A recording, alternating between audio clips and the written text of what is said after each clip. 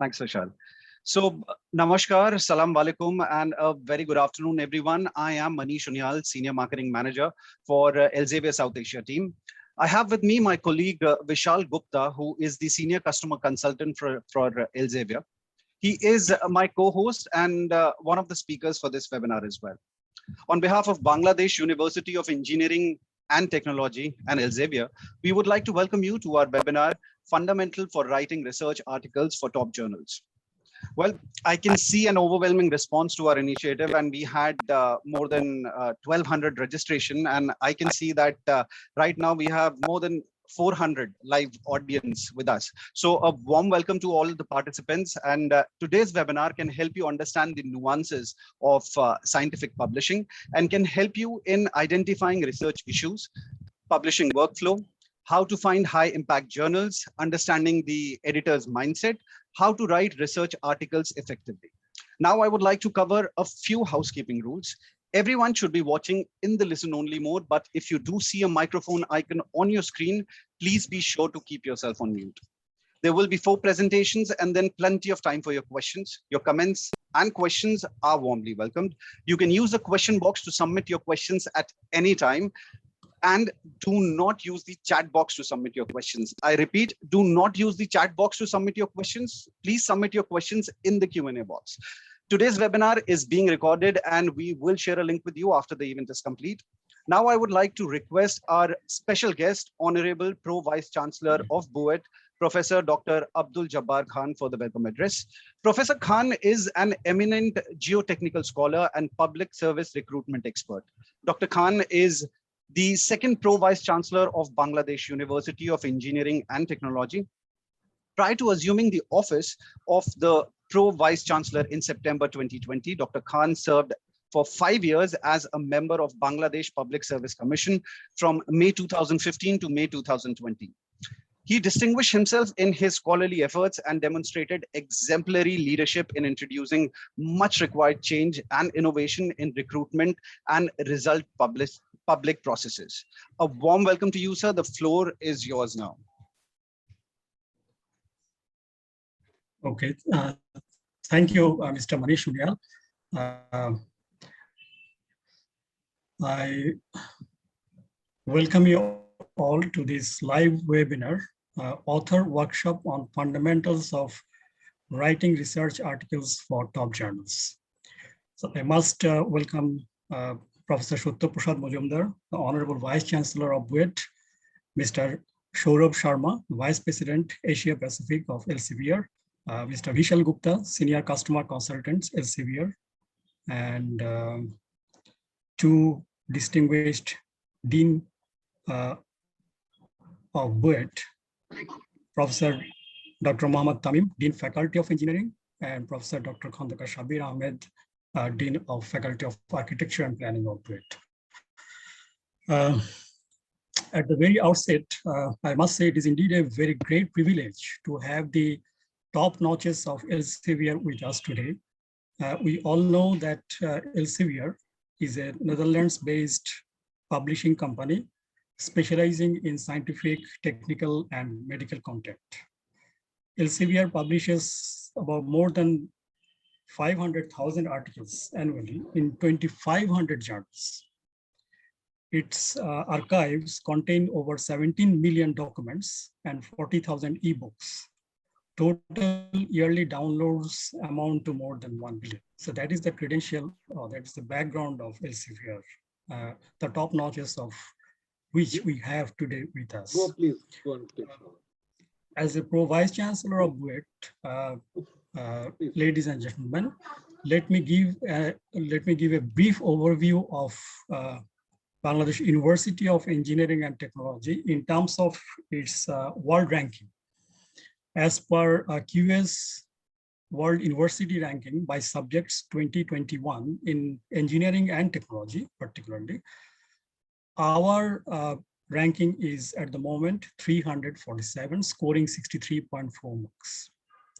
So we are almost around the rank of the Shanghai University, which is at 340, University of Delaware, 352.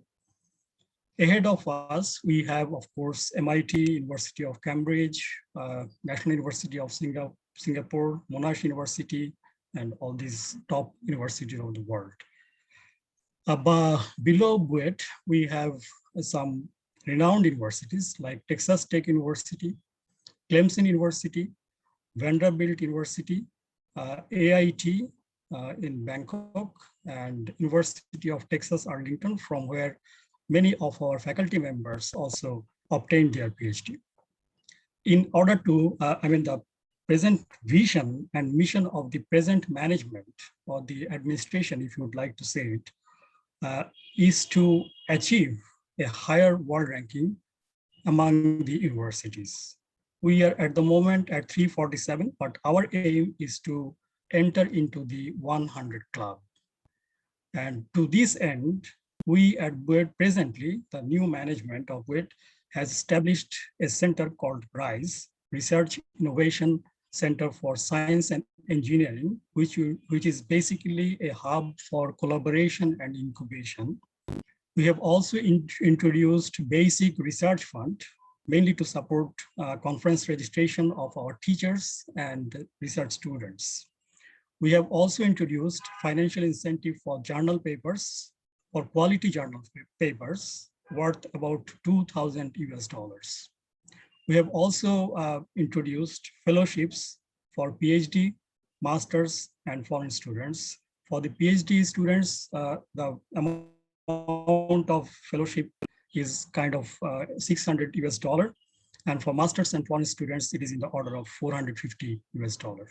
And we have also allowed, from administrative point of view, to connect or to include the overseas faculty members in order to go higher in terms of ranking. So these are the things we have taken as measures from our part, from the management part. Now that we have the top notches of Elsevier with us, I would love to submit some requests from our part, from my part in particular. We all know that Elsevier enjoys high operating profit margins in the order of 37% to 40% and 950 million in profits. That is a lot. And we, of course, and for that, we always want to be with Elsevier. For a win-win situation, we need to have free access to full-length papers of all engineering branches of Elsevier. Currently, we have limited access only to the abstracts, and our researchers and our faculty members, they are suffering due to this. Of course, we have research budget for our university, but that is not enough to have access to the full-length papers and make it available for all our researchers at the moment. This facility may be limited to BUET IP address users only. I see a clear win-win situation here, both for BUET and for Elsevier. So that is one of my requests to the Elsevier management. Our conference papers, they may be archived in your open access resource, which is Procedia. That will definitely give us a new avenue for further development and for reaching higher ranking in the World University rankings. I don't know exactly whether or not today's workshop covers general or domain-wise training. I really don't know. I'm sorry about that. I'll know it probably in a few minutes' time. If it does not cover all branches of engineering, I request you to conduct series of workshops for specific branches of engineering that we have in BUET. And also, since today's workshop is for authors, I believe, as you have named it, there should be workshops also for developing trainers in Bangladesh for conducting such workshops, and particularly in BUET, so that we may have more regional resources of different cultural backgrounds. With these few submissions, I'd like to conclude here. Thank you very much. Thanks for giving me an opportunity for talking on this auspicious occasion. Thank you, Professor Khan, for this warm welcome. And at this time, I would now like to introduce our chief guest, Honorable Professor Satya Prasad Majumdar, for the keynote address. Professor Satya Prasad Majumdar is the Vice Chancellor of Bangladesh University of Engineering and Technology. He is a professor, Department of Electrical and Electronic Engineering in BUET. He obtained his PhD in Optical Fiber and Communication Engineering from IIT Kharagpur, India in 1993. Since joining BUET in 1981, he has served in various positions in department, faculty, and at university levels, including head of EEE department at BUET. His research interests include optoelectronics and photonics, optical fiber communication system, DWDM optical networks, soliton propagation, broadband wireless communication, mobile and infrared networks. He supervised more than 100 MSc engineering theses and 6 PhD dissertations and published more than 200 research papers in internationally reputed referred journals and conference proceedings. It is a pleasure having you on board with us. The floor is yours. Over to you, sir. Sir, your mic is on mute. You need to unmute it.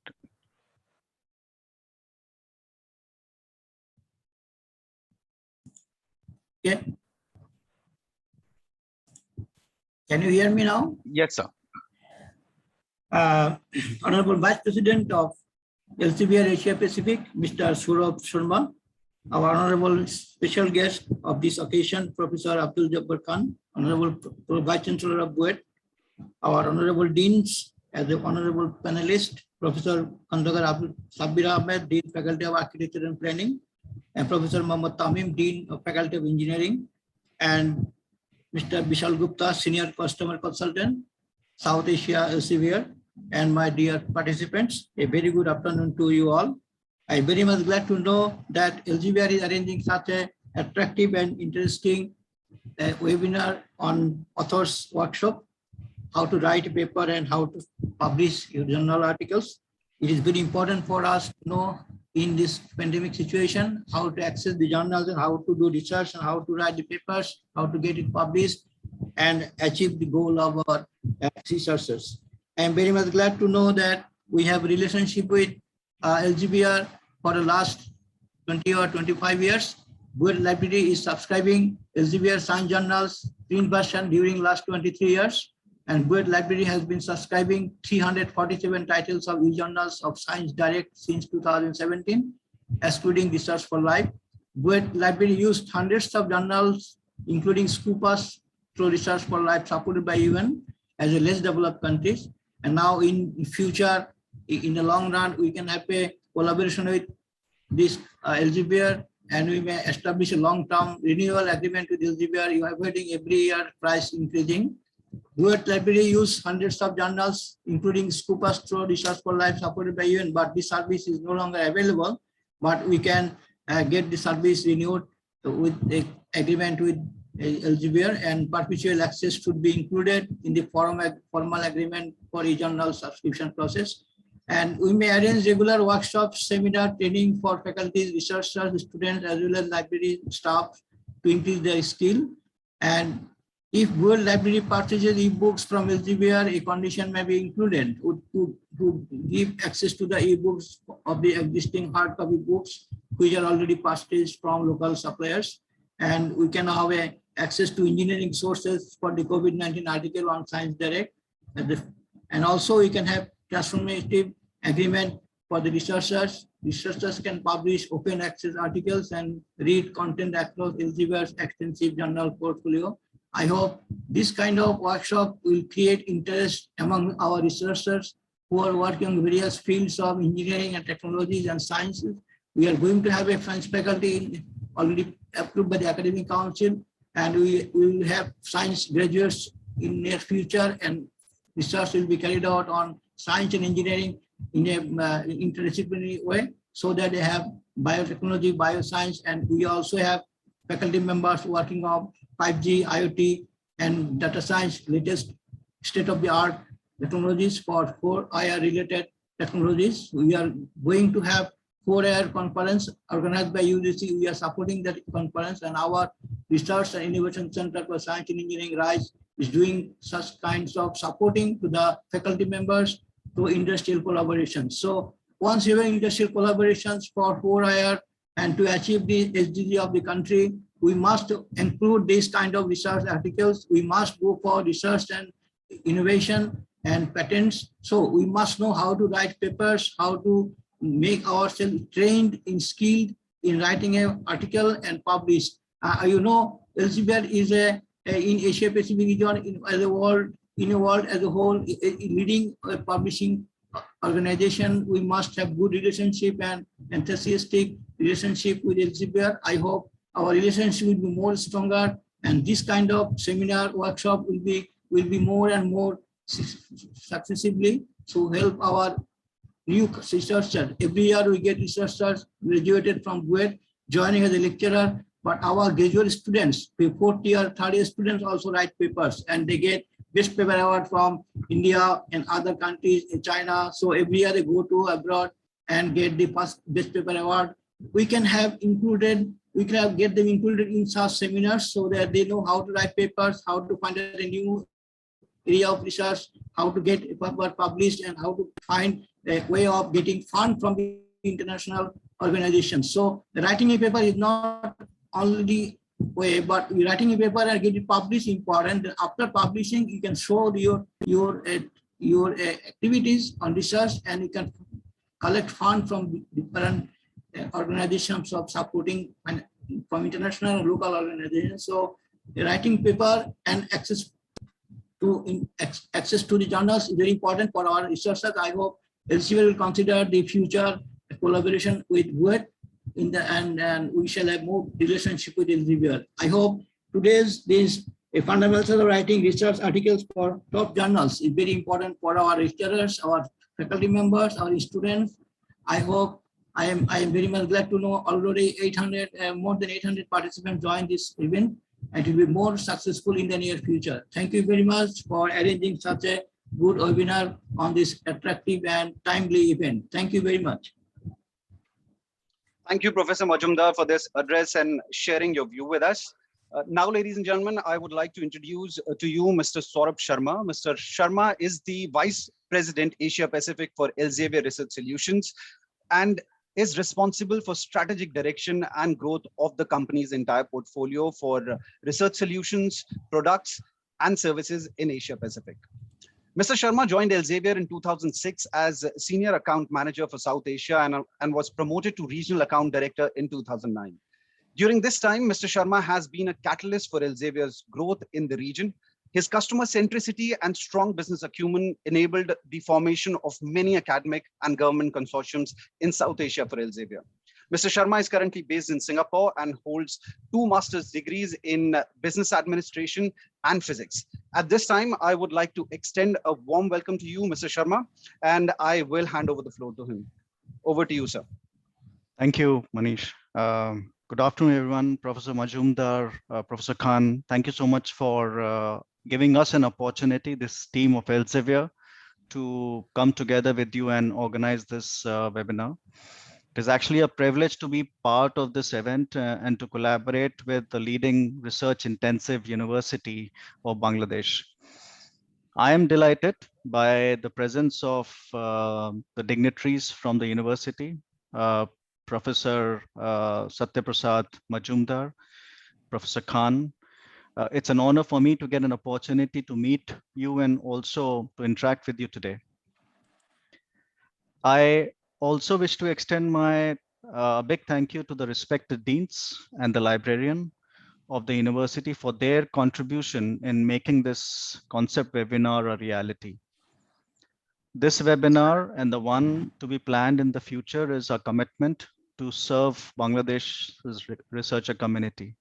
And let me assure you, Professor Majumdar and Professor Khan, we are fully committed. Whatever you mentioned in your opening note, we are also looking forward to collaborate with the university and host such events going forward as well. Now, I have few points to share with you. I'll start by saying that I hope everyone at your end is safe and healthy in this challenging environment that we all are operating in. because I believe that the pandemic that we have seen since last year, I think, has created this new normal for all of us. But at the same time, the pandemic has proved that science, education, and research are the pillars of building a progressive nation. One of the key indicators of the progress of any country is its contribution to the United Nations Sustainable Development Goals. As all of you know, that there are 17 goals in total, and each goal is directed towards improving specific sectors of any growing economy. I'm also pleased to say that, and it's a known fact that Bangladesh is one of the fastest growing economies in the Asian subcontinent and has been recently designated as a developing economy, currently in the transitioning phase. Now, if you look at this slide, since 2015, Bangladesh is one of the few countries globally that have made remarkable improvements in reducing poverty, which means the SDG goal 1. In 2018, only 3 years after implementing the SDGs, the population living below the international poverty line decreased by 8.3% relative to 2010. Similarly, the population living below the domestic poverty line decreased by 9.9% from 2010 to 2018.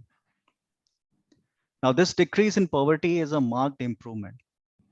However, Bangladesh as a country is also focused on establishing an education and research ecosystem. And to tackle such an expansive issue, the government has set multiple targets to achieve progress in SDG goal number 4, that is quality education. But at the same time, I am very pleased to say that BUET ranks number 1 in Bangladesh in terms of research output across 5 SDGs: affordable and clean energy, industry, innovation and infrastructure, sustainable cities and communities, responsible consumption and production, and climate action.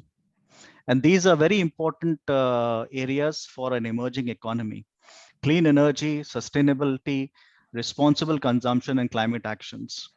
And your university is leading in Bangladesh in these 5 sustainable goals. Now, these facts present clear evidence that BUET is Bangladesh's flag bearer when it comes to quality research and progressing towards SDGs. And we at Elsevier are honored to be your trusted partner in this journey. Over the past few years, as Professor Majumdar and Professor Khan also mentioned, our association has been successful. And we are delighted that we can add value to the researcher workflow. The university has been subscribing to Science Direct for around a decade. And researchers across BUET publish around 15% of their research with Elsevier. These documents have an average field-weighted citation impact of 1.79, indicating 79% better quality than the world average. Furthermore, 28% of all references used by researchers and students across BUET come from Elsevier articles, and 41% of the citation, as you can see on the slide, that the articles from BUET received comes from Elsevier. These numbers indicate that researchers across the university highly acknowledge the quality of Elsevier journals and the value added by Science Direct to their research. Under the able leadership of the Honorable Vice Chancellor, Professor Majumdar, an eminent researcher with over 248 publications, BUET is expected to lead the way in research progress and be the lighthouse for other Bangladeshi universities. And I'm confident with some of the initiatives that Professor Khan mentioned, I'm sure in the next couple of years, the university will certainly achieve its objective to be in the top 100. At Elsevier, we are committed to providing information solutions that enhance the performance of science, health, and technology professionals. Our focus always has been to support our customers across research, higher education, and health during these unique and trying times. We at Elsevier are committed to continue our strong association with the university to support the university in achieving its research goals. And we take all your inputs, Professor Khan and Professor Majumdar, whatever you shared in your opening talk, we have taken note of that, and we look forward to further collaborating with you to continue to support the university in its ambition to be in the top 100. The webinar today is a continuation of our efforts in this direction to support researchers and faculty members with knowledge and awareness about the best practices that need to be followed in order to increase their expertise in submitting articles to high quality journals successfully. On behalf of Elsevier, I wish to assure you that we will continue to invest in our resources to accelerate research, both quality and quantity across BUET, and not only at BUET, but also other institutions in Bangladesh, and live up to our mission of empowering knowledge. I look forward to furthering collaboration with the higher education institutions in Bangladesh, and I will also be keen to get an opportunity to visit Bangladesh and meet all of you in person soon. Please stay safe and take care of yourself, and I'm sure the session going forward by Vishal and some of my other colleagues will meet your expectations. Thank you once again, and I'll hand it over back to Manish. Thank you, Mr. Sharma, for this insightful talk on Elsevier and BUET collaboration. Now, I would like to request my colleague Vishal Gupta to share his presentation with us on fundamentals of writing research articles for top journals. Vishal has a vast experience in domains of publishing, data analytics, and marketing. Currently, he's employed with Elsevier as a senior customer consultant, South Asia, where he is responsible for supporting Scopus, ScienceDirect, Mendeley users in India, Pakistan, Bangladesh, and Sri Lanka. His major responsibilities include engaging with ministries and key consortiums. So over to you, Vishal. Thank you so much, Manish.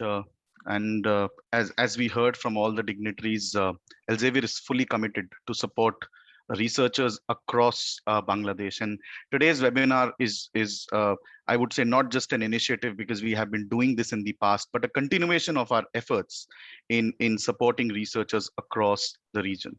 Namaskar, salam alaikum everyone. Asha kori আপনারা সবাই ভালো আছেন আর সবাই সময় করে vaccination করাচ্ছেন.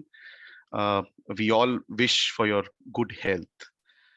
Today's topic is around the author workshop and talking in detail about fundamentals of writing research articles for top journals.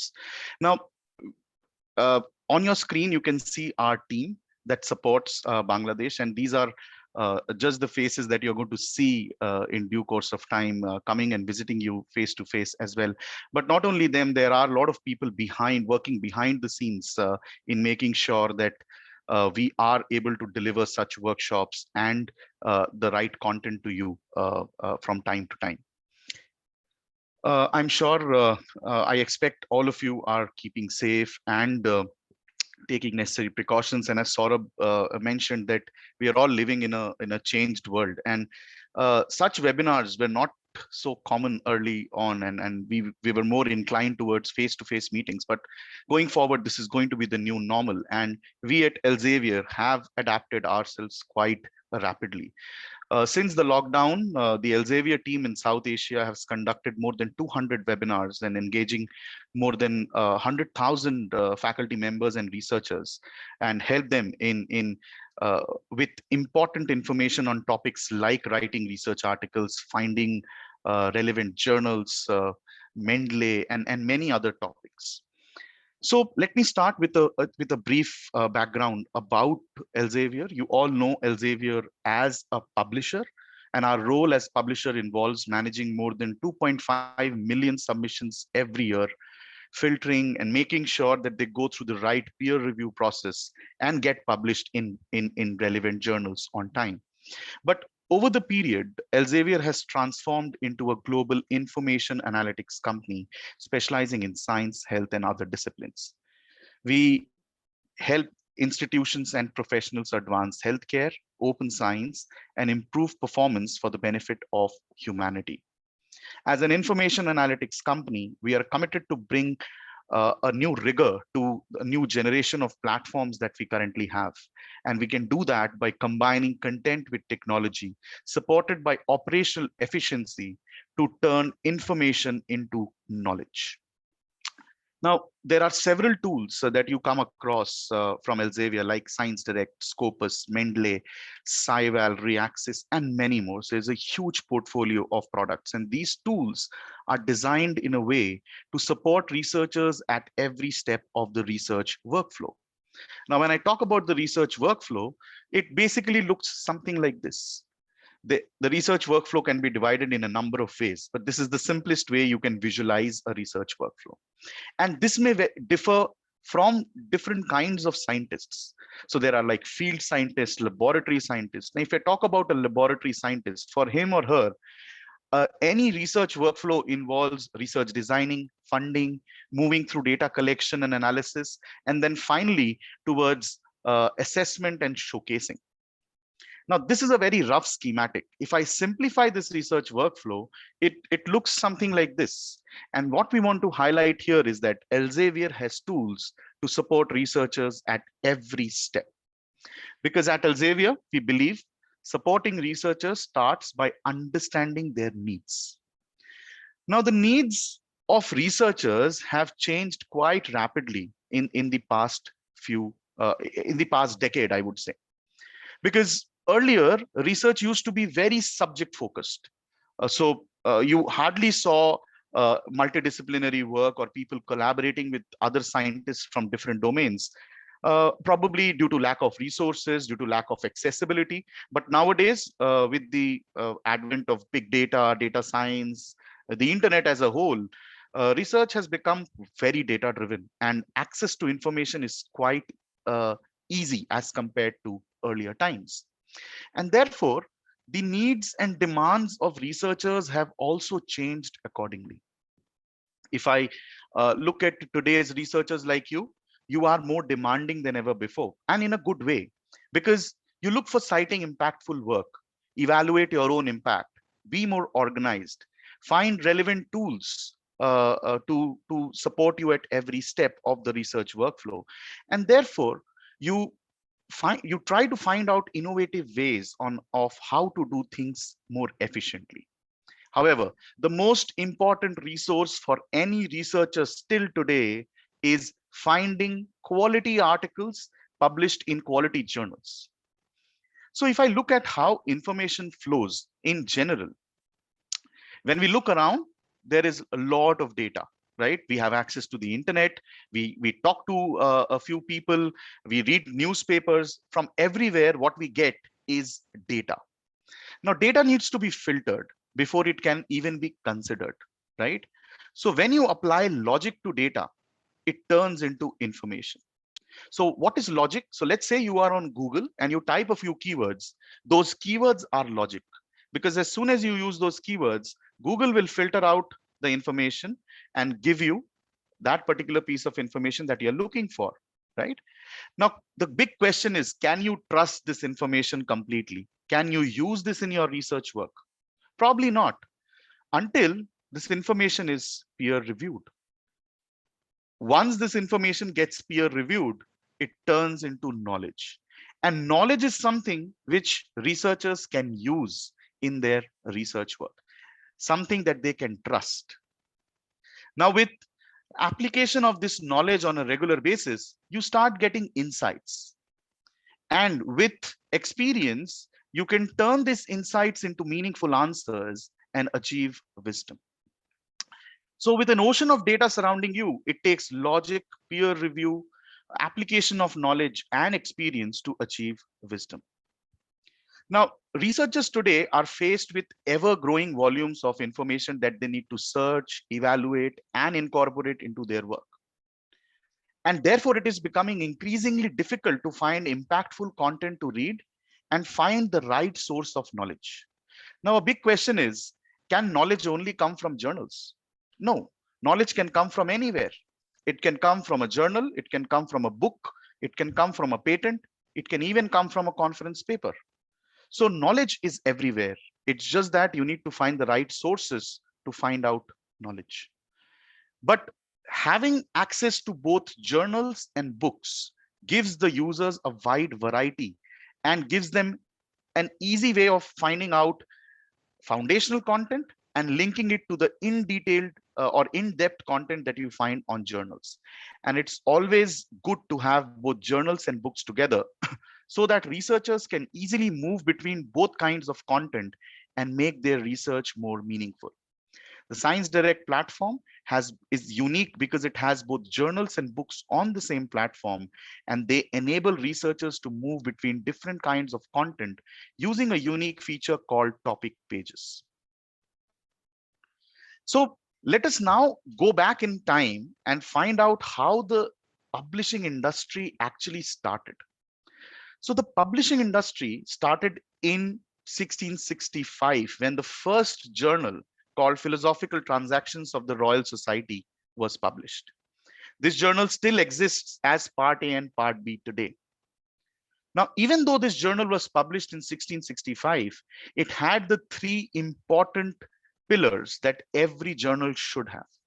The first one being registration and archiving, which meant that anyone who publishes in this journal will be registered and his work will be archived for future use.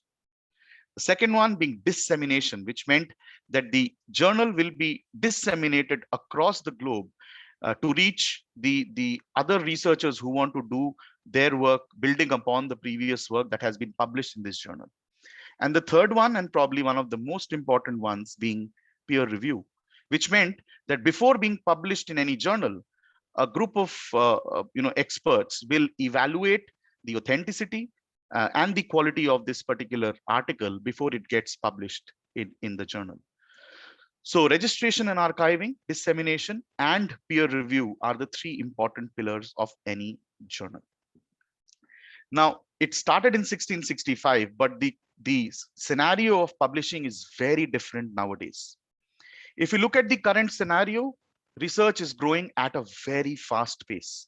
Today, there are more than 6,000 scientific journal publishers, more than 45,000 peer-reviewed journals, more than 3 million articles published every year, contributed by more than 4 million authors every year.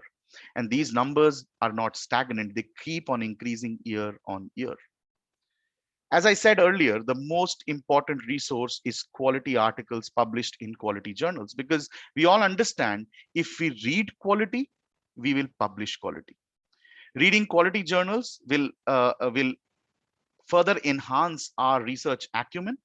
But again, finding relevant journals is not that easy. In fact, finding the most relevant journals to read or to publish in still remains to be a major challenge for researchers today. Now, to understand the research workflow further, I think it's extremely important to understand what kind of journals, what types of journals exist, and what do they mean. So there are majorly two types of journals. We have the subscription journals, we have the open access journals. And nowadays you see a third variety, which is called hybrid journals. So what are subscription journals? Subscription journals are those that your institute subscribes to. And once the institute subscribes to them, the institute users can read those journals freely. But to publish in these journals, there is no cost involved. So you can publish for free in subscription journals. The second type or category of journals are called open access. Now, open access has different meanings from different angles. So if I talk about the authors, or sorry, the readers. So for any reader, an open access journal simply means free to read. But it does not mean the other way. So when I go to the other side of the table, from the author's point of view, the authors need to look at different publishing models. Now, based on these publishing models, the open access has been divided into two broad categories. There are other categories as well, but the two most prominent ones being gold open access and green open access. When we talk about gold open access, it simply means that post the peer review process, the authors need to pay an APC charge. Once the APC charge is paid, the article will be made open access from day one, which means it will be free for everyone else to read. There is another type of open access, which is called green open access. Now, not many, I'm not sure how many of you know about green open access, but this is something which is very popular. So green open access is when any publishers allows you to publish your article and make it open access after a particular embargo period. So let's say if you wish to publish in via the green open access mode, you can publish your article. The article will remain in a subscribed mode for a particular embargo period, and post that embargo period, the article will become open access, which means it can be hosted on any open repository, right? All Elsevier journals, and I repeat, all Elsevier journals offer this option of green open access to all the authors. So you can choose this way of publishing on any Elsevier journal. Now, there is a common perception that publishing in an open access journal will fetch you more citations. Now, if I rephrase this sentence, it makes more sense. So publishing in open access journal will give you more visibility, will improve the probability of you getting more citations, but it cannot guarantee you getting more citations. And a simple way to explain this is, if I give you a research article for free, and when you read that article, you don't find it interesting, you don't find it of good quality, will you cite that article just because it was free? Probably not. So in the end, what matters is quality. So each one of you is looking for quality research articles that are published in high impact quality journals. Now, having learned about the organization of journals, we move on to the aims and scope. Now, this section is really important because most of the times when we face rejection, when we submit an article to a journal and we face rejection, most of the times the common answer by the editor or the common comment by the editor is that your article does not fall within the aims and scope of the journal. And at times we overlook some points mentioned in the aims and scope, but it is extremely important to be very thorough with each and every point, because the aims and scope clearly define the boundaries within which a journal publishes. So the aims and scope clearly defines the subject, the audience, the target audience who are going to read this particular journal, the type of articles that the journal publishes, the quality of the particular journal and the field, and if the journal is associated with any society or any group. So this will give you clear answers to your question on whether your topic falls within the boundaries of the journal or not. And as I said, at times we overlook, we should not, because the editors and reviewers are very particular about what is being published in the journal. And what best practices that you can do is you can read the latest articles, which will give you a brief overview of what the journal is currently interested in. Now, whenever we talk about any journal, the first thing that comes to our mind is quality, right? What is the quality of this journal? How do we assess whether a journal is good or not relevant for your research? And whenever we talk about quality, the first metric that comes to our mind is impact factor, right? So on your screens, you can see a very simple calculation of impact factor, right? So when we look at impact factor, it is very convenient if there are two journals in the same subject domain, and if you want to compare them using impact factor, it is very easy to do so. But if you are comparing interdisciplinary journals, if you are comparing journals from different subject areas, it is virtually impossible to compare them on the basis of impact factor alone. So we do realize that impact factor will not solve all the purposes of research evaluation. And there are many reasons behind it. First of all journals do not have impact factor, which includes some very good upcoming journals which are highly rated in their particular field. Then conference proceedings are not considered for impact factor, and which is a very sort of a bias towards subject areas like computer science, where 80 to 90% of the work is published in the form of conference proceedings. And since they do not have impact factors, it's very difficult to assess which conferences to go for. And then impact factor is sometimes biased towards fast moving subject areas as compared to slow moving subject areas. So if we talk about a subject area like chemistry, which is very fast moving, or medical science, and compare it with a subject area like mathematics, which is like a slow moving subject area as compared to the to mathematics, to medicine or chemistry. So what happens is, because impact factor is highly driven by number of citations, subject areas like medicine and chemistry and other subject areas achieve high impact factors, like impact factors of more than 10, 20, 30, 40, 50, or even more. But do you recall any journal from mathematics having an impact factor of 40 or 50? Probably not. So when comparing interdisciplinary journals, when comparing journals across different fields, it is very difficult to use impact factor and come to a decision. And therefore, researchers today need alternative metrics. What are the alternative metrics available? The first metric being site score. Now, the difference between site score and impact factor is calculated for 2 years or 5 years, and site score is calculated for 4 years average. Second thing is impact factor is that site score is comprehensive because it is based on the world's largest abstract and citation database and the most trusted database, which is Scopus. Site score is clear and transparent and can be easily calculated at your end, but you cannot calculate impact factor at your end because the normalization factors are still not out in public. And then one biggest advantage of site score is that it's a current metric. Impact factor is an annual metric. You can only get impact factor at the end of the year. Site score is a current metric. You can get site score every month for every journal. So you can virtually track the progress of a journal month on month. Now, if you look at site score 2020, there are more than 13,000 titles that have site score and do not have journal impact factor. Out of these, 655 titles are very highly ranked in their respective domains, which is a big number. So site score is one of the alternative metrics that you have in comparison to impact factor. The other two being SNIP, which is source normalized impact per paper.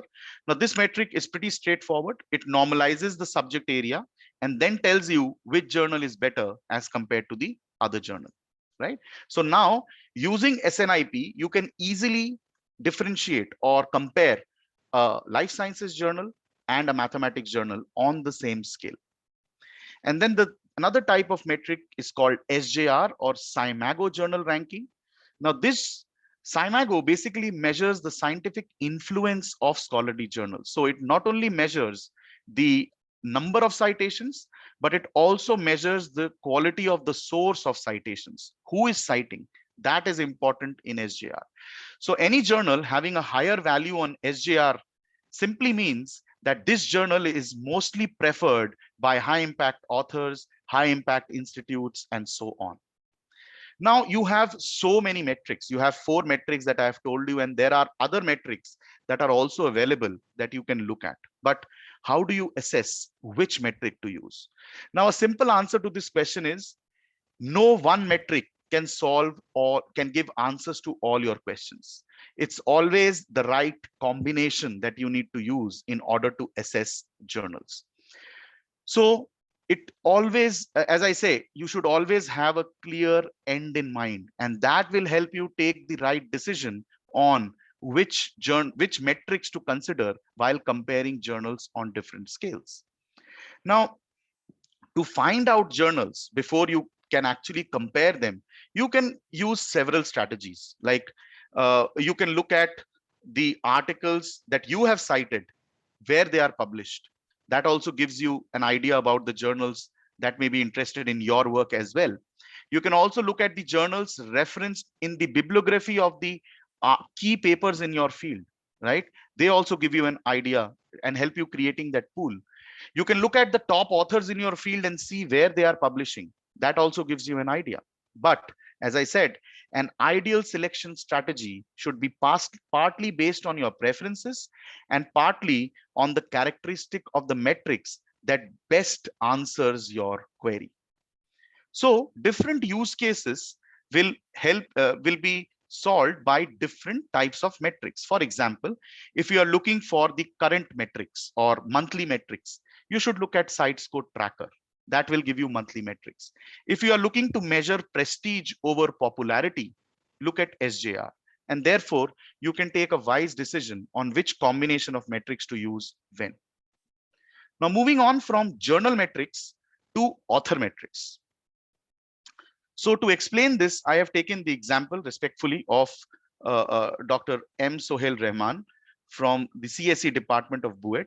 And I have highlighted both his Scopus profile as well as the Google Scholar profile.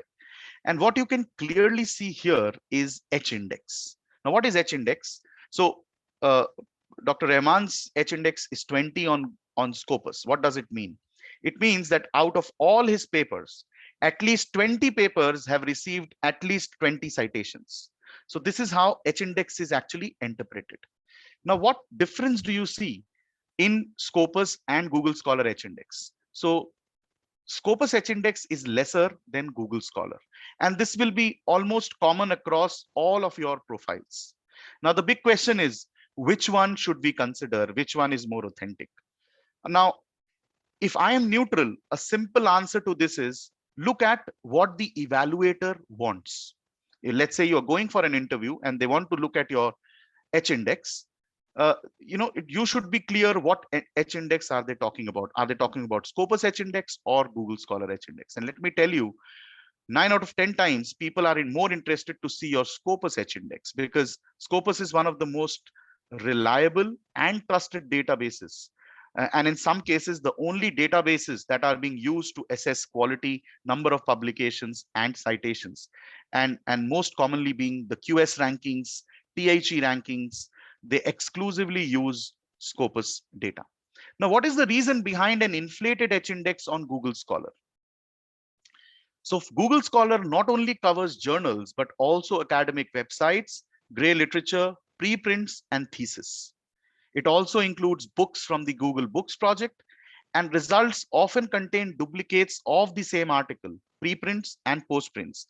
And because of the larger sample size, you often get an inflated H-index on Google Scholar. So the decision lies completely in the hands of researchers, which one they want to consider, which one they want to use on their profiles. And I think it all depends on the evaluator. Moving on from author metrics, we come to article metrics.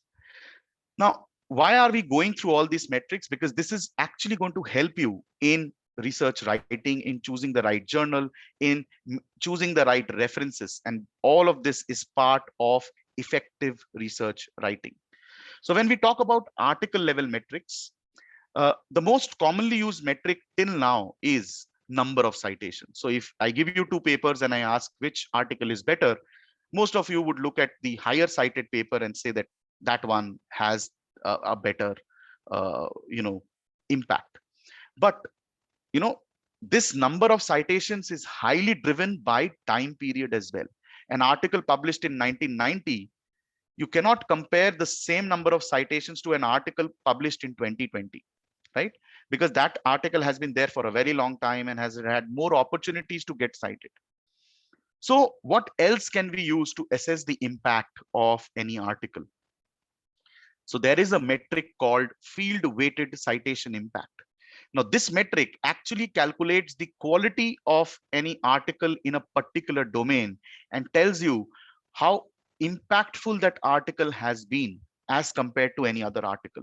So if you compare 2 articles on the scale of FWCI, the one having a higher FWCI means it has better impact. Now, FWCI is measured on a scale where 1 is considered to be global world average. Anything above 1 means the quality is better than world average, and anything below 1 means the quality is below world average. If you had a chance to look at BUET's FWCI, it was close to 1.3, I guess, and which meant that the quality of papers being published at BUET is 30% higher as compared to world average. So this is how FWCI is interpreted. It can be calculated for institutes, it can be calculated for documents as well. Moving on, there is another type of metrics for articles which are called Plumex metrics, And this actually captures the social media impact of a paper. Now, a paper that is published very recently, it is very hard to judge the impact or looking at the number of citations. So you need an alternative metric to make an assumption about the quality of the article. And Plumex metrics is going to help you because it captures all the social media attention of that particular article, be it newspaper links, be it LinkedIn shares, Facebook shares and likes, Twitter tweets, Wikipedia mentions. Plumex metrics will cover everything, and both on Science Direct and Scopus, you will be able to see the Plumex metrics for research articles published after 1995. Right now, we have a good background of the entire metrics that are there and what to use when to assess and choose the best references, best authors, best journals, and top articles to cite your papers, right? So now let's move to the next step, which is the editorial process. Now I am going beyond writing and taking you straight to the editorial process, and there is a reason behind it. So if we can understand the editorial process better, if we can understand what the editors want, what do they want, what they don't like, if we are able to crack that, we will be in a better position to frame our manuscript, to write our research articles. And therefore, I am taking you to the editorial process first, and then we will do a back calculation. So a simple editorial workflow looks like this. The article that you submit goes to the editor's desk. If the editor likes the article, he will forward it to the peer reviewers. The peer reviewers will take their own time, review the paper, give their feedback to the editors, and then the editor will take the final decision based on his or her understanding. Right? Simple, but it is not that simple. So when you submit an article to any journal, it goes to the editor's desk. Now the editor has several benchmarks that he has already set, because editors usually receive 20, 30, 40, sometimes even more number of papers every day. I'm talking about good quality journals. And because of that, they get very little time to spend on every research article. So they have set a few benchmarks and they quickly look at that and then forward it to the peer reviewers or reject it. If I must tell you, the rejection rate, the desk rejection rate is close to 85 to 90%, which means if 100 papers are submitted to a journal, on an average, 85 to 90 papers are desk rejected. Now, this is a general average, right? Sometimes a lot of good papers get published and the percentage increases, the acceptance percentage increases. So what does the editor look at in a paper in say 10-15 minutes that he has for a paper that you took probably months to write? The editor takes a quick decision in 10 to 15 minutes whether to accept that paper or to reject that paper, right? So what does he actually look at? First thing, what the editor is looking for is that the article should be scientifically correct, which means that it should not be an isolated piece of research. It should have some connection to the past. It should be built upon previously proven facts and data, right? Next, it should report something new, which means that there should be an element of novelty about your work, right? So if the work is new, the editor does not want to read something that he has already read before, that's already published before. There's no point. So there should be an element of novelty, and that needs to be clearly highlighted. Even if it's new, it has to be significant, which means it should have an impact. It should have any sort of economic, political, social, any kind of impact. And that again should be quite evident. And the most important part, it should be of interest to the readers. Now, for the editor, the most important group of people is the audience that reads that particular journal, because it is that audience who will cite the journal. And the more they cite, the impact factor, cite score, SJR, SNIP values increase. So number of citations are equally important as compared to the source or quality of citations. And the editor is clearly looking to publish articles that will bring in citations or bring in value to that particular journal. So make sure before you publish any article, you should be very clear about who is going to read this journal and whether he or she is going to, acknowledge your paper as well. So this is a kind of self-assessment that you can do before submitting your article. Right now, we know what editors want, but what are some things that the editor do not like at all? So what the editors don't like, number one, topic of research not trending, not impactful. So if they do a self-evaluation and they find that the article is not impactful as such, and again it totally depends on the editor's evaluation, and if they see that the article is not trending, it is not going to attract a lot of citations, they probably do not want to publish that kind of work. So you need to be very careful about the trends in your particular field, and if you feel that there is something that needs to be told or showcased to the editor, make sure that you mention it in the cover letter. Then poorly written abstracts or language errors.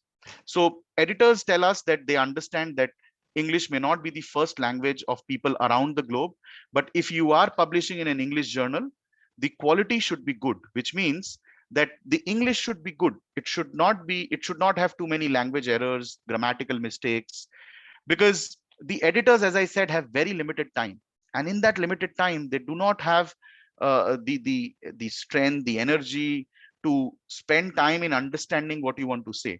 So your English should be clear, simple, and logical, especially in the abstract. Then too many or irrelevant self-citations. So what is self-citation? It means citing your own article. The question is, can you cite your own article? Yes, you can. But if you irrelevantly cite your own article just to get a citation, the editor is smart enough to point that out, and irrelevant self-citation come under unethical publishing practices. So if there is anything unethical about a paper, the editor does not want to go ahead with that paper. Then poor geographical distribution of citations, which means that your citations are probably too localized. If your citations are localized, that means are only coming from a particular region or city or country, the editor is not impressed, because that doesn't tell the editor that you have read articles from different parts of the world. So your citations or references should be a good mix of articles from different parts of the globe. And then recent and older articles not cited. So your references should have a good mix of the latest as well as the older articles. So which will tell the editor that you have done a good literature review and you are very confident and informed about your particular field. And last but definitely not the least, leading scientists and top journal articles not cited. Again, something that the editor carefully looks at. He or she wants to see what is the quality of articles that you have cited. Are you citing the top articles in your field? Are you citing or following the top researchers in your field? That gives him an idea that you are reading the right content. So what we see in this particular page is that there are some things that need to be written and showcased, while there are some things that need to be implied. So everything needs to be of a good mix. Once the editor likes the paper, he or she will forward it to the peer reviewers, and then they take their time. They have their own set of analysis criteria and they forward it back to the editor while the editor takes the final decision. Now that we know what the editors want, we know what the editors don't like, we know what are the metrics that we need to consider while choosing a journal, or the metrics that we need to consider while choosing research articles to cite, we are now in a better position to start writing our paper, right? So there is a lot of preparation that goes beyond or preparation that needs to be done before you start writing a paper. And all this is part of that particular preparation. So based on our discussion with several editors, we have narrowed down to 7 important points that should be considered before you start or in the process of writing a good research article for a quality journal. The first point being think before writing, followed by choosing the right journal and article type, using the right process to write the paper, language, ensuring that the paper is up to date and written in the right context, using the correct article structure, and being prepared for the common questions by reviewers. Now we are going to take each one of these one by one. The first being think before writing. Now you might be thinking, who writes without thinking? Everybody thinks, but it's not, the way you are thinking. It's about what you think.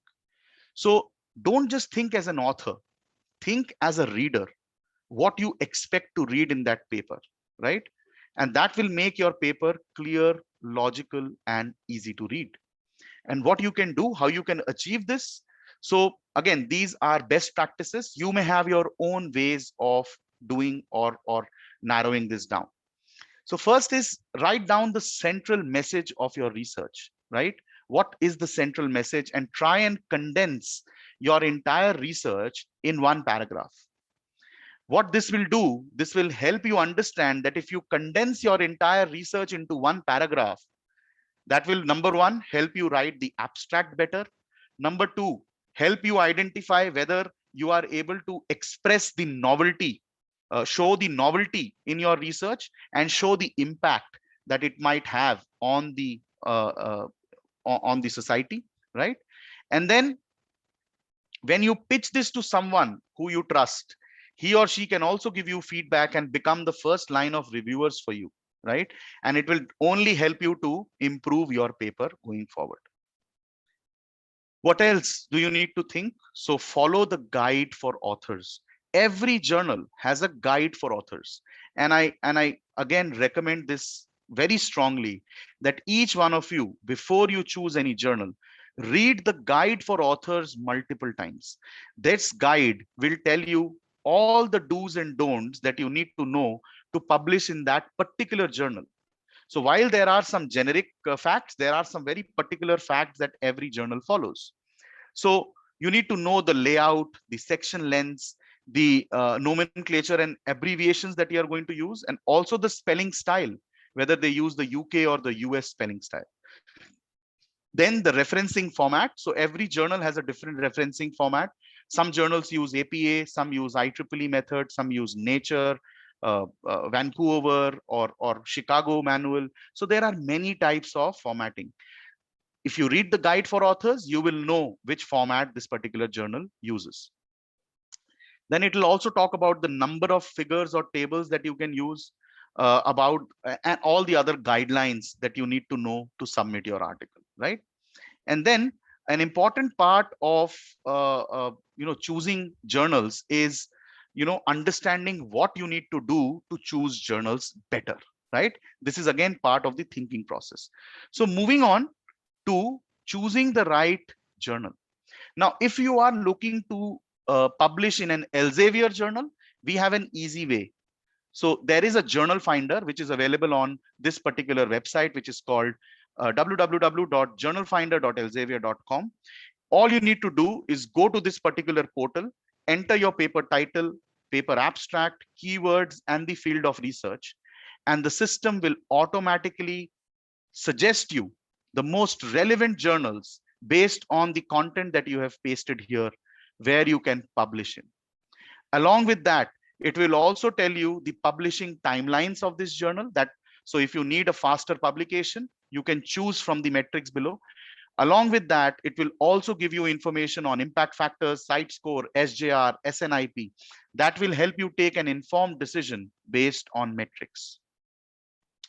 Now, there are, while I've told you strategies earlier on how you can make a pool of journals before you can finally finalize, there are basically 7 questions that we have again identified, that if each one of you can answer these 7 questions for every journal, it will help you take the right decision on which is the best, or I would say most relevant journal for you to publish your research article in, right? So let's go through these 7 points. The first point being, is the manuscript right fit for the journal? So what you can do to answer this question, you can check the aims and scope of the journal.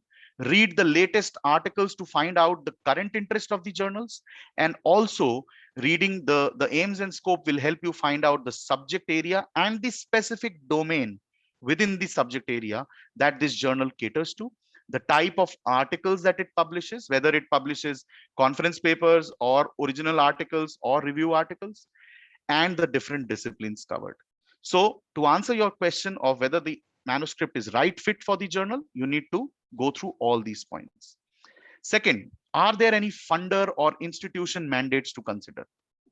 You need to be very confident that the journal that you have chosen aligns with the funder requirement or the institutional requirements. So what are these requirements? Now, some funding agencies may be very particular about you publishing your article in open access journals. So then your search becomes very clear that you are only looking for open access journals and not looking for subscription journals, right? One of the examples.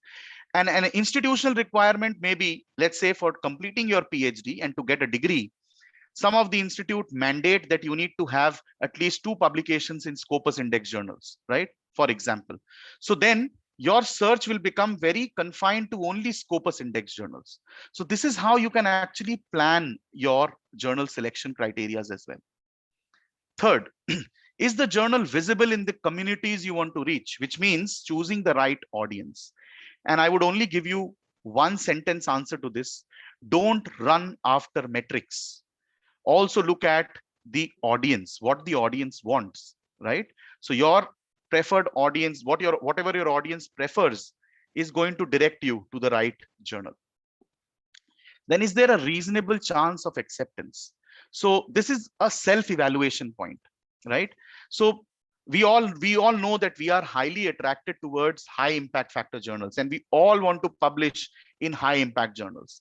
But we should also be mindful that these journals that are considered to be high impact factor or high impact have the highest rejection rates as well, right? Now, this does not mean that you should be discouraged to go for these journals. It simply means that you should only invest time in submitting your article to such journals only when you feel that you comply and align with all the requirements of the journal and you are not skipping or missing out on any feature or factor. Once you are confident that you are aligned with the journal requirements, you may submit your article to any journal, and based on the quality assessment, the peer review process, your acceptance will be analyzed. Then, is the journal indexed in relevant databases? Again, a question that is very important to be answered. Now, some of you may look for journals that are indexed in, let's say, Scopus or Web of Science, but don't solely rely on the journal's claim to be indexed in databases. So a lot of predatory journals claim that they are Scopus indexed, but they are actually not. What you can do, you can directly go to Scopus and look at the sources and find out whether the journal is currently indexed or not. You can also download the complete Excel file, which tells you the current active journals and the journals that have been discontinued from Scopus. Next point, what do the journal metrics reveal? So you see metrics comes at point number 6. So again, my submission to this is don't rely on only one metric. Always look for multiple metrics to get a holistic view of the journal, and do search within an abstract and indexing database like Scopus that allows you to find and compare journals based on several citation metrics. And lastly, is the journal reputable and practices robust peer review process? So again, don't fall prey to predatory journals. The predatory journals may claim a lot of things, but as researchers, you need to research everything. You need to be very careful about the journal claims, your end in mind, and aligning to that will help you direct to the right journal. There is a website that I can recommend you that can really help you in validating your journal selection, and that is called Think, Check, Submit. So you can just go to Google, type Think, Check, Submit. It will take you to that website, and you can do a good validation of your journal selection. So moving on to the third point now, which is using the right process to write a paper. Again, This can be different, from people to people. Everyone has a different way of writing a research article, but again, something which is very basic and should be followed. So first thing is collecting everything.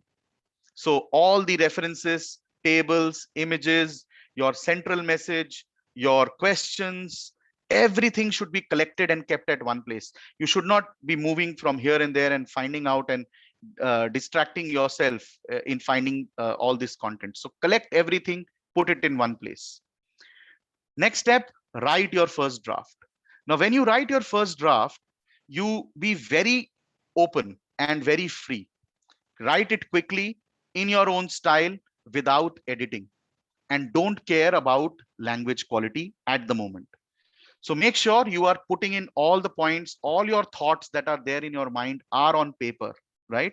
Once you have done that, you read your first draft and add notes wherever you want to make changes. And while doing that, you should also assess, is the main message clear to the readers? Was I able to communicate my central message and important facts in my paper? So if that self-evaluation goes through, go to the next step, which is rewriting and improving what you have already created notes about. So in this step, you will revise the text, improve your language. Anything that you have written multiple times, you will remove it, correct language errors, make sure that the text is consistent and coherent. And you can also take feedback at this point from your trusted co-workers and colleagues as well. Now, language is a very important part of this entire process.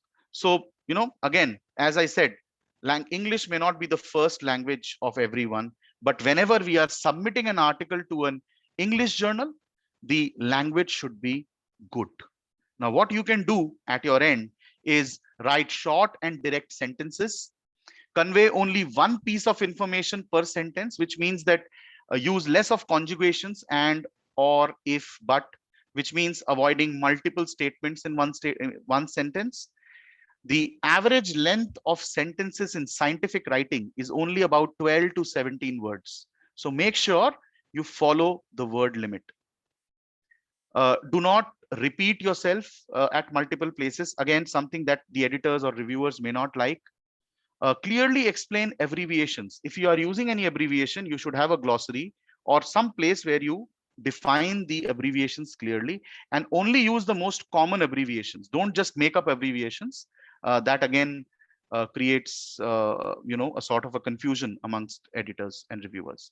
And use present tense for known facts and hypotheses, and use past tense for conducted experiments and results. Again, these are best practices. Then again, how you can shorten your sentence length is by using single words instead of phrases.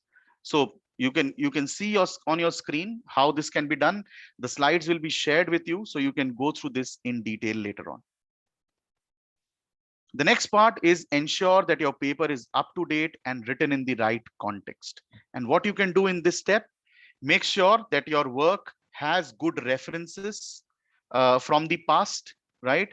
And your introduction clearly explains the topic of the paper, the relevance and significance of the topic, why it is relevant to the journal, what has been done before, by whom and how, and what are the questions that still remain to be answered.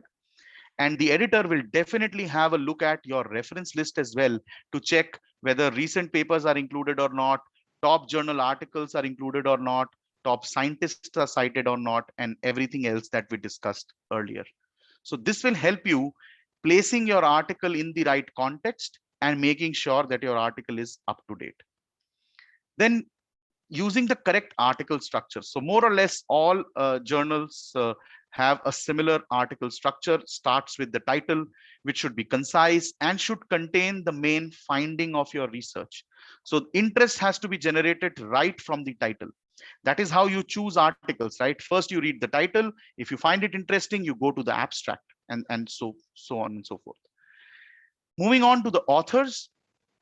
First author who conducts and supervises the research and submits the final manuscript, whereas corresponding author is the best person to contact usually the senior most in the group, and the co-authors who are the contributors and advisors.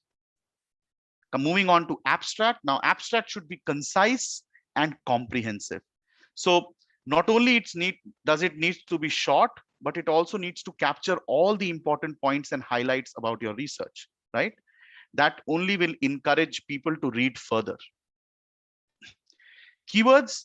So the keywords that you choose are very important because these will help improve your visibility and increase the readability of your article. If you choose keywords that are indexed in ANI databases, it will make sure that your paper is found on the search items again and again. Then introduction, which talks about why you did this research. So anything that talks about all the whys, should be included in the introduction, and it should be a good mix of articles from the past, from the present, that clearly defines the situation and what you are trying to do. Then methods, which talk about what did you do, so how the problem was identified, how it was studied, and what kind of equipments or materials, make, model, everything. And this section is important because the reviewers may want to replicate your work and see whether it is reproducible or not. Moving on to results and discussions, which talks about what did you find, so what did you find and why it is important, and it should include all these statistics, the data, figures, tables, etc. And lastly, the conclusion, which talks about how your study advances this field. It should be short, and it should not be a terminal ending. It should end with something that suggests researchers something to do beyond this paper as well, right? So it should suggest future experiments as well. Then there are other sections that talk about the acknowledgement. So people that you want to acknowledge who have helped you directly or indirectly. References, again, very important. You should be aligned with the journal format of writing references, and follow all the instructions that I have already given in the do's and don'ts when we talked about what the editor wants and what they don't like. And then some journals may allow you to submit supplementary information as well, which may include calculation tables, Word files, or PPTs, or audio files. And if it allows you, you should definitely submit those, because again, that really helps in the visibility of the paper and improving the reader's experience as well. Then again, reviewers, as I said, they have their own set of questions. Again, if you know what the reviewers want and are looking for, you can better prepare your paper and be ready with the questions that the reviewers may ask you. So comment on the importance, validity of your research. Make sure that the topic fits within the aims and scope of the journal. The introduction is clear, balanced, well organized. The results are well presented and can be analyzed in detail. The references are accessible, up to date, and balanced. So these are basic things that the reviewers usually look at, apart from the quality and reproducibility of your work as well, right? Now that we know that what is required at your end to write a good research article, it is equally important for you to understand that your work does not end here at these 7 steps. So it also goes beyond. Once your article is published, you also need to make sure that it is visible, right? And how can you make it better? So by following some best practices during submission. And this involves the importance of writing a good cover letter. If the journal demands you to write a cover letter, make sure you write it and you include everything that you want to say to the editor, because this is your opportunity to convince the editor why they should publish your work and why is it important for that journal. So what you can include in a cover letter is a brief background about yourself, your expertise, your track record, describe the field that you were working on, the main finding of this research, and the novelty about your paper, and how is it significant for the society and for the journal. And make sure that you do mention some good reviewers also. Now, this is one point which some of us ignore, because we think that the editor may not will never consider our reviewers, but that's not the case. Research today is becoming very diverse and very multidisciplinary, and often editors find it difficult to find the right reviewer. So you should always suggest good reviewers in your articles, in your cover letter, and they should be ideally international reviewers. This will again help the editor fasten up the entire review process, because if he doesn't find a reviewer, he can quickly refer to your reviewer and take a decision. A sample cover letter looks like this. Again, you can watch it at your own time once you receive the slides. Now, it's the editor's final decision to accept, reject any article. So make sure that if you get an article back with some suggestions from reviewers or editor, you comply with each one of them. So if an article comes back to you with suggestions, it's a good sign. It means that they have taken out time to read your paper, understand it, they find the value, and they are giving you suggestions to improve your paper. If you do get such a paper, make sure that while submitting it again, you include a cover letter where you clearly mention each and every page, paragraph number, where you have made changes, in line with whatever they had suggested, and perform additional experiments, calculations, if suggested or required by the paper. That will further enhance your work. Now, publishing in a journal and publishing in a book, first of all, the objective is very different, and book publishing methods, while the process may be very similar, but there is a little difference to that as well. So basically, why do we write a book? It can be based on several reasons. So one of the reasons may be your interest and passion, where you want to expand your publishing portfolio across multiple platforms. You want to meet an unmet market need. So you want to fill in the gaps that exist and become the voice of the underrepresented market. Sometimes it also involves prestige. You want to be recognized as a leader and expert on that topic, or you want to educate people, the wider audience, by sharing new methods, teaching materials and knowledge with the next generation, right? So if you are interested to publish in a book, on your screens, you can see the Elsevier book publishing cycle. Elsevier books are highly cited and have an average citations of 16.5 per book, one of the highest in the industries. Therefore, it is highly trusted by researchers across the globe. With 5% of books, Elsevier is the 6th largest contributor to Scopus book content and has the highest impact of 2.1 across all publishers. Now, if you wish to submit your book proposal, and I saw some questions related to that as well in the Q&A box, you can actually follow these instructions. There is a link where a proposal form is available. You can go to the proposal form, fill in your requirements and the details asked. A particular team will evaluate it and get back to you, right? If you want to inquire about which acquisitions editor handles your subject area, you can simply write an email to authorquery@elsevier.com, and they will help you out with the particular personnel who's looking after it. Now, the backbone of the entire publishing industry is ethics, and it is expected that each researcher follows publication ethics diligently, right? Now, publication ethics, what are these ethics? These are accepted rules around scientific and research publishing to maintain integrity and trustworthiness of scientific work. And it is expected that every researcher follows research ethics. So unethical practices, sometimes it is done knowingly and sometimes unknowingly, but in both the cases, it is punishable by law. So some of the unethical practices may be multiple submissions, where you submit your articles to multiple journals at one point. This comes under unethical practices. Improper author contribution, which means leaving out authors that have contributed and including authors that have not contributed significantly. Making up of data, which means data fabrication, and manipulating data, which means data falsification. And then a common form of unethical practicing is plagiarism, which means appropriation of somebody else's work or ideas without giving proper credit. Now, just giving credit does not mean that your similarity index will not be affected.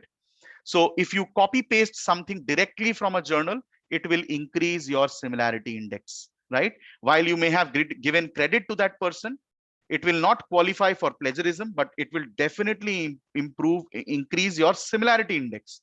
So what can you do? Only copy paste the most important quote from that particular paper and write the rest of the things in your own words.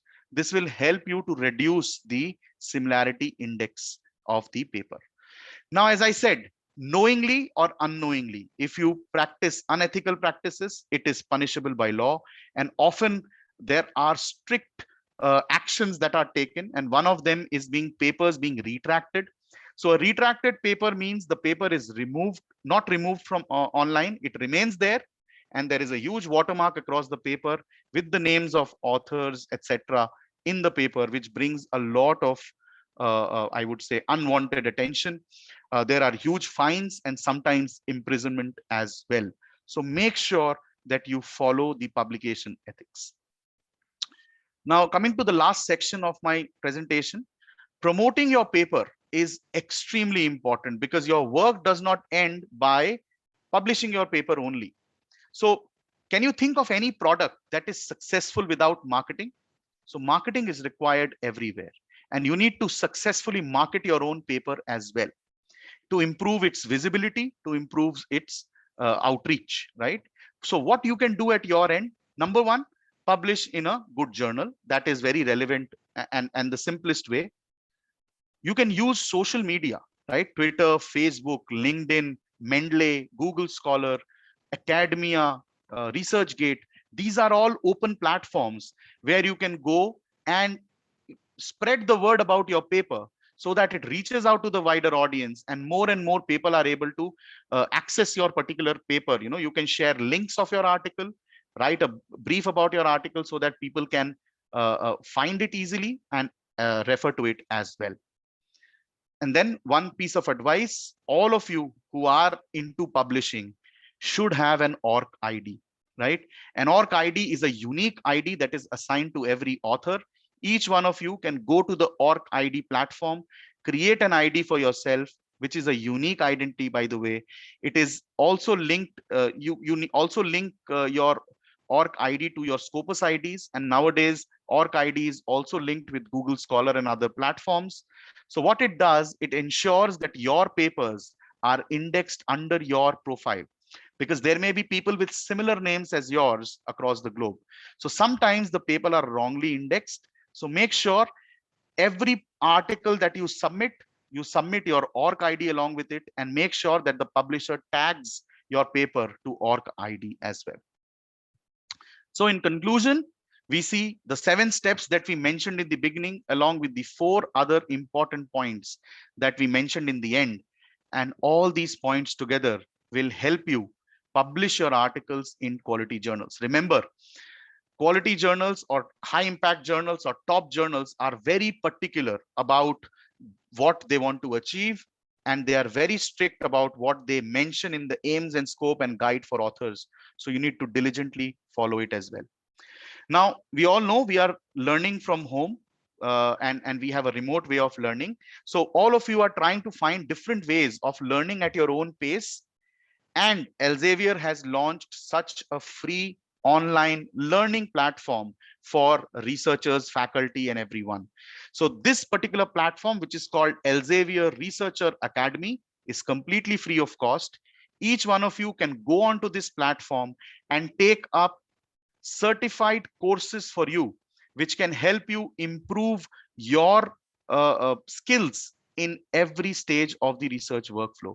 There are topics like finding the right journal, how to write a book, how to become a peer reviewer, how to technically understand the technicalities of writing a research article, learning about research ethics, and many more. So do log on to this platform. Just type Elsevier Researcher Academy on Google and it will take you to the right platform. And you can see some of the few courses that I have mentioned, like book writing, which covers important aspects of how to write a book and how to find the right journal. All these important topics are covered in the Elsevier Researcher Academy. Now, the best part about the Elsevier Researcher Academy is once you complete any course, the system automatically generates a free certificate for you, which you can save and add to your portfolio. So you can actually generate certificates based on every course completion and improve your library. With that, I come to the end of my presentation, and we will now take up any questions that you may have. Manish, were you able to find out some questions? Yes, Vishal, first of all, thank you as always for a wonderful presentation. And Vishal, I can see there are a lot of compliments, a lot of questions, and I think it's time now to take a deep dive into the questions. So for our audience, I would just like to tell you that if you have a question that you have not yet submitted, please enter in the Q&A chat box and we'll get through as many questions as time allows. If we are not able to answer your question at this moment, do not worry, we will send a Q&A document from this webinar tomorrow through a post-event email to you. So my Elsevier colleagues would also be joining Vishal for this Q&A session. So we have Arnab Sen, he's Solution Sales Manager from Elsevier eBooks team. I have Faraz Siddiqui, Account Manager from Elsevier South Asia Core team. And I have Tehseen Afroz Khande, Solution Sales Manager from Elsevier Research Intelligence team here for this session. So guys, please feel free to chime in case you want to answer any question. So Vishal, as you can also see, there are multiple questions. So what I've done is I've combined few and I will be asking you those questions. So Vishal, first question, and it is a very important question, and this is coming from my end also, and I would like to know it from you that what I understand is that while Bangladesh was in Research for Life, BUET was still subscribing to Science Direct. Right, and so I just want to know from you that does that give BUET an vantage point over other institutions in Bangladesh in the present scenario? And did you notice any positive trends in the research landscape of BUET because of this? Okay, so as everyone knows that BUET has been subscribing to Science Direct, and that has given them a definite edge that is clearly indicated in their research profile and performance. And I must tell you that when Bangladesh used to be under Research for Life, the content that you used to receive was in the form of PDF documents through particular platforms. So all you had access to is PDF articles again. But having Science Direct actually gave the researchers at BUET an intuitive platform, a platform that they could play around with,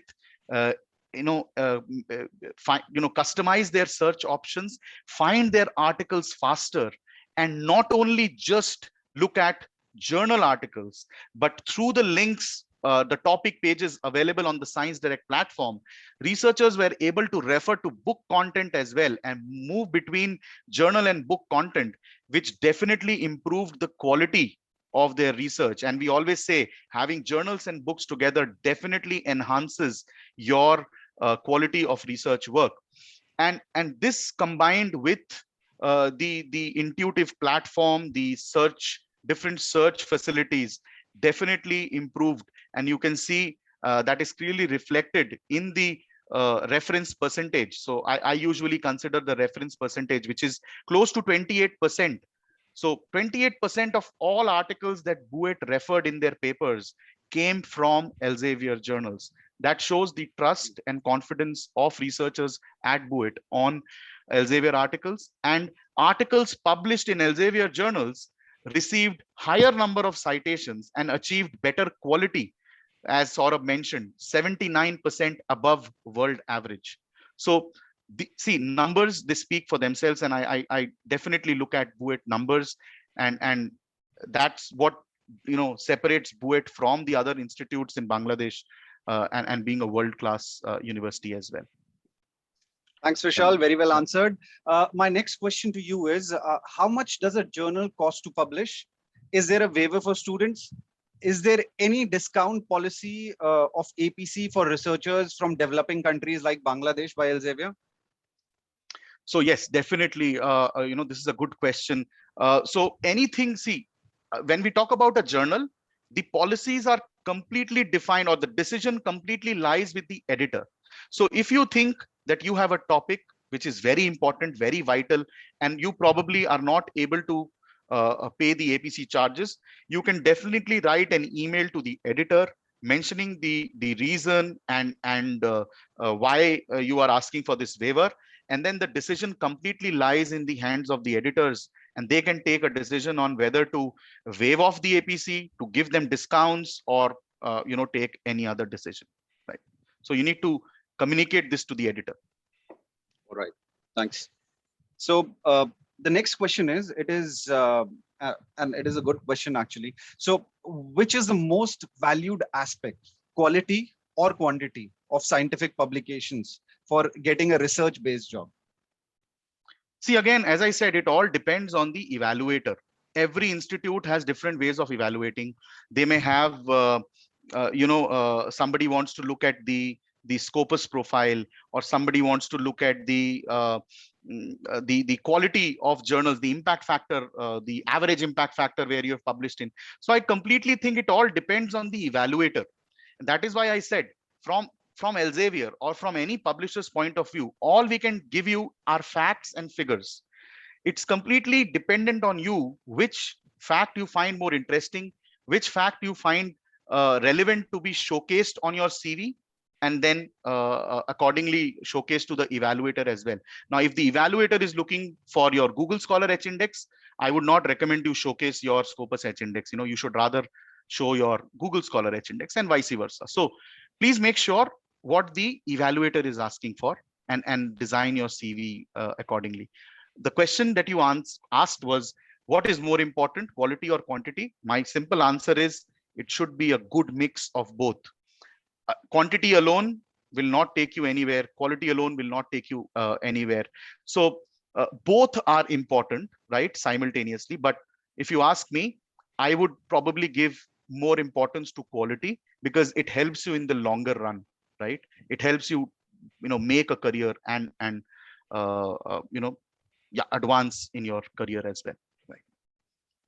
I totally agree with you. It has to be a good mix of both quantity and quality. And Vishal, in the interest of time, I'll take the last question now, and which is how we can enrich our scientific writing to publish in Elsevier journals. Is there a style guide that a researcher can refer to, or a platform that can help researchers? Can you please suggest us some sources like Elsevier, by reading which we can develop ourselves more?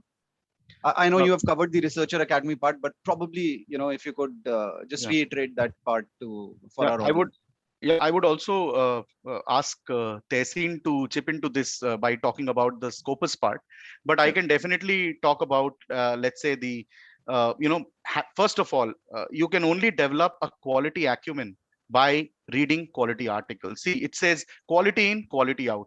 If you keep reading quality articles, you will develop a quality acumen. And when you write your article, that will reflect in your paper as well. So the more quality papers you cite, that improves the quality, visibility of your paper as well. And see, as I said, there is no fixed way to success. Everyone has their own ways of achieving success. But if you talk about best practices, all that we mentioned now, along with the courses available on the Elsevier Researcher Academy, these are all the tools that you need to be very confident about how article. And then Tehseen, if you're there. Yeah. So thanks, Vishal. I think what you summarized is very apt, quality in, quality out. And some of the parameters or aspects that you should be mindful about is, the kind of collaborative partners you're getting into, the kind of funding opportunities you're looking at. Make sure, I saw a lot of questions coming about the journal quartile and what does that mean? So just because a journal is in Q1 does not mean it's a very good journal and you should target only that. You need to understand where does your paper fit in what sort of journal, right? So identifying the right journal where you need to push your paper out to is also very key. So there are multiple aspects which, Vishal also highlighted in his presentation, need to be considered. There is no one